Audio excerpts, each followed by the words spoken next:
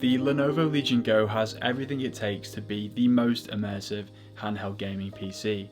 But as a casual gamer who's heard all of the scare stories about Windows, is it worth the effort, or am I just best sticking with the Steam Deck OLED? There are advantages in coming to the Legion Go a little bit later than some of the more hardcore gamers out there. First of all, Lenovo have by now released quite a few updates that have made it much more manageable to use, but also the community have been hard at work on the likes of Reddit and other forums, creating setup guides and teaching people how to actually get the most out of this computer. We'll talk about the setup and Windows experience in a moment, but first of all, I want to paint a picture of why it's even worth going through that ordeal in the first place. And for me, it's really all about this big, beautiful display. Now, admittedly, it's not OLED, but with a resolution of 2560 by 1600 on an 8.8-inch display, it is pretty spectacular.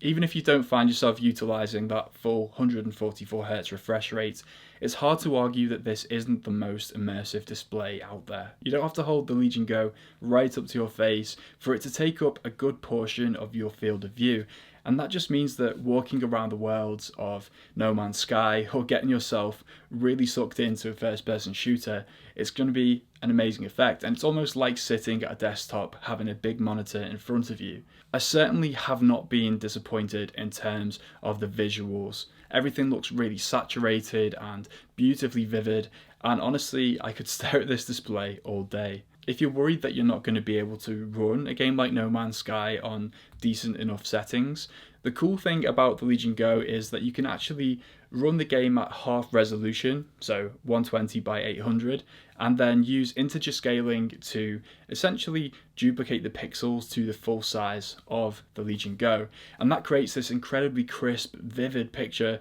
that isn't overloading performance just because of the screen. Maybe like me though, you're really drawn to these handheld gaming consoles because you have a busy job, maybe you have a family, and you just want to be able to pick up and play in any situation whenever you get a spare hour or two. Since becoming a dad, I've really been drawn to turn-based tactical RPGs and strategy games, basically because I can put them down at a moment's notice and remember I'm a parent. But it turns out this larger display size is absolutely perfect for playing games like Twilight Struggle or Valkyria Chronicles, which I love going back to all the time. Having so much more screen real estate means that you can view maps and make tactical decisions with a lot more ease than something that's a bit more cramped like the Steam Deck OLED. And in many ways, the Legion Go is basically just a Windows tablet. So removing the controllers and just using it with the touchscreen is also awesome for games like this. Actually, being able to navigate this entire device using touch is part of what makes it a really nice and versatile option in general. Windows has some impossibly small touch targets if you want to do something like add a Bluetooth device. Being able to tap on the UI itself or default back to that trackpad on the controller if things get too tricky means that you can at least navigate it. If you're coming from more of a console background, using Steam OS is going to be so much more natural to you and a lot less frustrating than digging into Windows. Windows also comes with a lot of bloatware that you're going to have to uninstall before you start setting up the device. Unless you also want to use this as a general Windows PC, you'll want to get rid of all the old Microsoft Office applications as well as all those pesky LinkedIn and Dropbox ads that just keep popping up whenever you're trying to find a file. But of course the option is there to turn this into a dedicated solitaire machine if you really want to do that too. Honestly, I haven't really minded using Windows. The main frustration has actually been that because you have so many background tasks running on a general Windows computer, it can sometimes create a bit of a RAM issue when you're actually trying to play games. And there were a couple of times when No Man's Sky actually crashed because of an application that was running in the background that had nothing to do with it, and it just kind of totaled my computer. You'll also have to be mindful of the fact that just minimizing or exiting out of a game doesn't close it completely, so you can wind up in a situation where you have multiple games running at once, and that is just going to not work at all. The big plus of Windows though is it's going to be compatible with loads more games across the board. You'll be able to install different games launchers, for example like Epic Games, which is going to mean access to more titles, And you can actually install applications like Disney Plus, which also expands the Legion Go into being much more of an entertainment tablet that you could sort of take on holiday as an all-in-one device. Unfortunately, it's not quite as compatible as I would like it to be. I had high ambitions that this was going to be my dedicated Champman 0102 device, but I can't get it running on this console because of the aspect ratio. I've tried everything that I can find on the forums, but still not working. If you know how to get the old games running on Legion Go, then please let me know in the comments. There is also the option of bypassing the Windows desktop entirely if you just want to launch Legion Space, which is actually a fairly decent games launcher in its own right that will bring together titles from all your different systems and give you some good options in terms of editing your controller layout, including being able to swap the Legion Space and settings button with Start and Select, which makes it a much more natural experience if you are coming from a traditional background. If you are mainly using Steam, I'd recommend activating Big Picture Mode, because that's going to kind of recreate the feel that you get from the Steam Deck, give you a much more user-friendly UI when you're navigating your Steam library. Now, if you are a casual gamer coming to a Windows device, you're going to have to get used to configuring games for the system itself. That means whenever you launch a game, you'll have to check the settings and try and choose the most optimal version for your device. There are a lot of guides on the likes of Reddit for specific games, so it's actually not that hard, it just takes a little bit of digging. But you should also be prepared to spend 3 or 4 hours when you get your device really setting it up and making sure that the system is up to date and up to scratch. I'll drop a link to some of the setup guides I used in the description. You'll want to install and update all the relevant drivers to make sure that this is running on the most up-to-date version of the system. You'll also want to update the BIOS and set the VRAM to 6 GB, which is going to give you a lot more performance than the default of 3 GB. And some of the most useful things to know is that when you switch the Legion Go off using the power button, it's going to go to sleep unless you go into the power settings and turn that button press into hibernate, which means you'll be able to go straight back into the point at which you left the game. If you do want to activate that integer scaling, like I spoke about before, you'll have to do that in the AMD Adrenalin control panel. And you'll quickly realize that the audio on this device is set at a shocking EQ. So you'll have to do some fiddling about in the audio settings to make sure that it's actually producing sound in a nice way. There are some programs you can install which will help you do this, or you can just go into the EQ settings yourself and fiddle about with it until you get something which sounds a lot nicer. While I'm not the most hardcore gamer out there, I am fairly comfortable tinkering about with computers like this. If you're not, then you should really consider getting something like the Steam Deck, which is going to be a lot less fiddly to actually set up in the first place.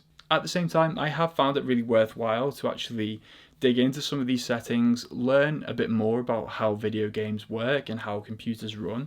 So if you are the sort of person who enjoys that learning curve, then definitely get into it. And one thing that I can really say about the Legion Go is that actually its performance settings menu is really well laid out for people with all levels of knowledge. It gives you 2 clear performance profiles to choose from, so you can switch between high performance and more battery efficiency. And it also allows you to adjust the TDP either to a quiet or full blast mode, which I wouldn't recommend doing because they are incredibly noisy. And there are different levels of detail to which you can monitor the performance to make sure that you're running at the frame rate you expect. You definitely have to take care with those performance settings if you're not near a power outlet though, because the Legion Go can quickly run down in under 2 hours if you are playing a demanding game on high settings. That's why I find it really useful actually that they have 2 USB-C ports that can both charge the device, one on the top and one on the bottom. And that just means that if you are playing in bed or on the couch, using that bottom-facing USB-C cable can be a really comfortable way of gaming without having the cable in the way. I also really appreciate the kickstand, especially when I'm playing those turn-based RPGs, because when it's the computer's turn to do its thing, I can set it down, have a drink, have a snack, and then get back to my game. But comfort is definitely one area where the Legion Go has divided opinion, mainly because it has quite sharp edges on the controllers and its overall size means that it is a little bit unwieldy. To be honest, nothing is going to beat the Steam Deck OLED with the Dbrand kill switch case in terms of comfort. That is just such an amazing feeling in your hands. It feels like you're just holding a controller, and I really just love the feel of holding it in my hands. I definitely don't get that with the Legion Go. The big party trick with the Legion Go is, of course, that you can remove these controllers like you would Joy-Cons on a Nintendo Switch and turn it into what's called FPS mode, which allows you to use the right controller as a mouse, which is designed for first-person shooter games. I'm only mid-30s, but trust me, even at this age, I'm finding it hard to adapt to new input methods like this, and so I haven't had much luck with the FPS mode in particular. I do actually think it's, again, quite good for strategy games because it allows you to kind of move around maps, but to be honest, it's not something that I would really default to, even though I do actually commend Lenovo for being brave and trying to do something different with this computer compared to all of the other ones, which are pretty much the same form factor with different tweaks. It's worth mentioning that you can get a lot of 3D printed grips that will make the controller a bit more comfortable. But if you are living somewhere like the UK and are hoping to buy these through Etsy, you'll find that the postage is often more expensive than the grips themselves. So I don't really want to pay £50 for a couple of 3D printed grips, and that means I'm just kind of getting on with the Legion Go as it is. I did put on a Dbrand screen protector, and this is probably the easiest screen protector I've ever put on, even though I didn't get it perfect. I generally put screen protectors on everything, but because this is such a large screen, the surface area is just waiting to catch a hit from something around the house, and yeah, I just want to be safe rather than sorry. One other thing you might want to do on a system like the Legion Go is install some emulators and play some old systems from your childhood. The way that I've done this is to install EmuDeck on the Legion Go, and I've been having a lot of fun playing old God of War games on the PSP. Unfortunately, the ROM that I was using actually crashed towards the end of the game, which was pretty frustrating, but I still think it was worth it for how much joy I got out of revisiting one of the old God of War games. I don't know about you, but the God of War series have been one of the real big AAA titles that have caught my imagination over the past few years, and it's been fascinating to go back through some of the older games and see how some of those mechanics originated, and playing the PSP on a huge display like this is really cool. Honestly, pretty much anything you play, you're going to get a really beautiful experience, and you'll be surprised at how far you can push the performance on a handheld like this. There is a good deal of initial setup required, so you should only get it if you are prepared to tinker with your computer. And yeah, when it comes down to it, Windows is not as seamless as SteamOS, but the fact that you can take the controllers off the Legion Go and just use it as a Windows tablet to watch movies or surf the web makes it really compelling in its own right. I could honestly see myself leaving my iPad and my MacBook at home and just taking the Legion Go with me on holiday to have a jack-of-all-trades device at the ready. If there are specific games that you know only run well or exist on Windows, then of course the Legion Go or something like the ROG Ally are going to be the options ahead of the Steam Deck. But honestly, before you make any decision, you should really research the Steam Deck first, because that's probably the one that I would recommend to the most amount of people. And I've got just the casual gamers review for you up here. So thanks so much for watching, and I'll see you in a bit.